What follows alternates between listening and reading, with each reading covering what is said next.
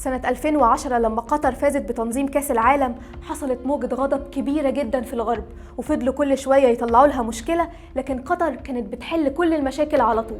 ويبدأ كأس العالم ويتفاجئ الغرب كله وكمان العرب بالهجوم على قطر، ونتفاجئ ان الصحف الأجنبية بتهاجم قطر وثقافتها، وتقريبا نسيوا ان البطولة معمولة في بلد عربي فلازم يحترموا ثقافته وعاداته. غير كل المشاكل اللي يحاول الغرب انه يحطها قدام قطر علشان رافضين ان دولة عربية هي اللي تستضيف كأس العالم، كان اكبر مشكلة بالنسبة لمنظمات حقوق الانسان هي قلقهم على مجتمعات الميم. وفعلا من فترة بعض المنتخبات نزلت انهم معترضين على القانون ده، لكن الاتحاد الدولي لكرة القدم بعت لهم رسالة انهم يركزوا في الكورة وبس. لكن طبعا لا المنتخبات المعترضة سكتت ولا منظمات حقوق الانسان. هنا بقى قطر قررت انها ترد عليهم، وقالت ان الاعتراضات اللي كانت بتجيلها قبل كده كانت بتعتبرها مجرد انتقادات ايجابية ومفيدة، لكن كده بقى واضح ان في حملة تشهير وبس. وفضل في جدل كبير جدا بين قطر ومنظمات حقوق الانسان. فاول حاجه قالوها مثلا هي ان الجو حر جدا ومش ممكن اللعيبه تقدر تستحمله، فقطر قالت على طول انها هتعمل المونديال في الشتاء، وتعهدت انها تعمل تكييفات حتى في الشوارع.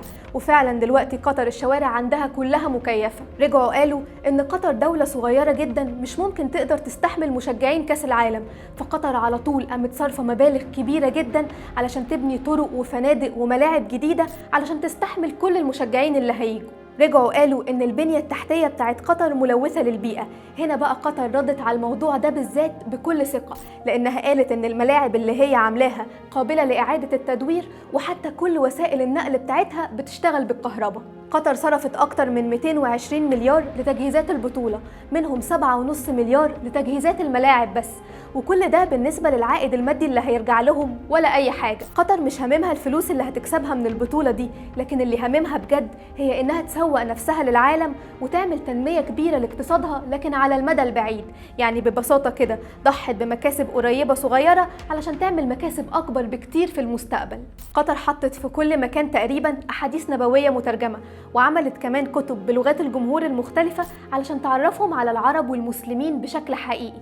كل ده بقى غير انها غيرت كل المؤذنين وبدلتهم بمؤذنين صوتهم حلو علشان لما الجمهور يسمع الاذان يحبوا بسهوله. وده حصل فعلا وشفناه لما لقينا صحفي من جريده التايمز البريطانيه منزل فيديو لمنتخب انجلترا وصوت الاذان ظاهر فيه. الفيديو ده جاب 250 مليون مشاهده في اول دقايق ليه بس، وطبعا كان ظاهر فيه صوت الاذان، وصوت المؤذن كان حلو قوي لدرجه ان الناس في التعليقات كانت بتقول قد ايه الصوت ده جميل، وهو كان بيرد عليهم بانه منبهر بيه. كل ده بقى غير انها قدرت تغير قوانين مهمة وتاخد كاس العالم لثقافتها وقوانينها هي الخاصة، زي انها مثلا قدرت تغير قوانين شرب الكحوليات في الملاعب.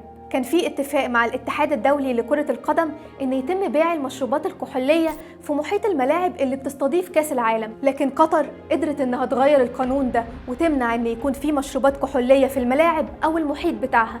كل ده بقى واصلا واحده من اكبر الشركات اللي بترعى كاس العالم هي شركه للمشروبات الكحوليه. هيكون في مشروبات كحوليه في كذا مكان في قطر، لكن على الاقل هتكون بعيده عن الملاعب، وسعرها هيكون 3 أضعاف سعرها في اي مكان تاني. واللي وصلوا له في الاخر ان الاتحاد الدولي حط شروط جديده للدول اللي عاوزه تستضيف كاس العالم، وقالوا ان من اول سنه 2026 الدوله اللي عاوزه تستضيف البطوله لازم تكون بتطبق كل معايير حقوق الانسان.